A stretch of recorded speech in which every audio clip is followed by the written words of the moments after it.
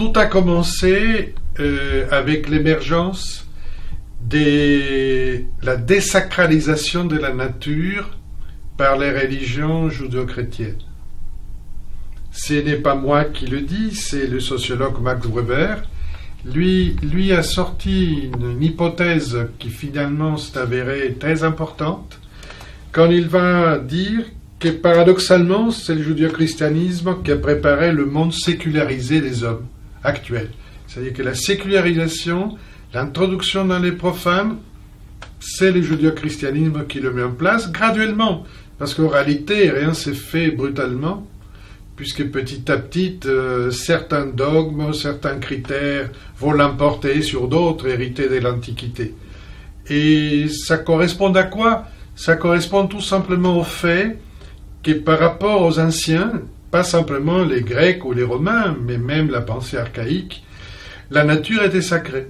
Les désenchantements du monde s'est produit au parallèle de notre industrialisation, du développement de notre modèle économique et financier, social qu'on connaît aujourd'hui. Voilà où ça commence, réellement. Et bon, ça, cette prise de conscience, nous la devons au sociologue Max Weber. Ça, c'est le premier pas du désenchantement du monde.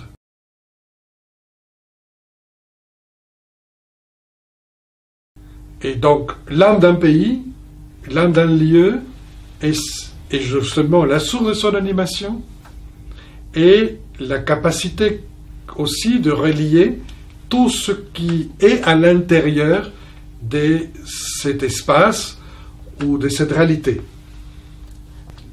Et ce que je fais, c'est que j'ai étudié un peu, de façon plus anthropologique, les différentes vagues d'apports qu'a reçu ce lieu que nous appelons la France, qui est un lieu mais aussi un temps. Parce que quand on parle de France, nous ne parlons pas que de géographie, puisque nous parlons d'histoire. Donc c'est une géographie imprégnée par l'histoire, parce que cette géographie fut remodelée par l'histoire. Nous ne sommes pas devant la France qui ont connu les Celtes, et encore moins les hommes des Cro-Magnons.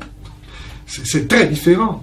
Donc, nous parlons, quand on parle du concept de l'âme d'un pays, d'un espace qui a reçu par le temps des influences diverses et variées et qui les a transformées, les a, somatisées, je dirais presque, et à sa manière, et ça va donner un certain nombre de caractéristiques.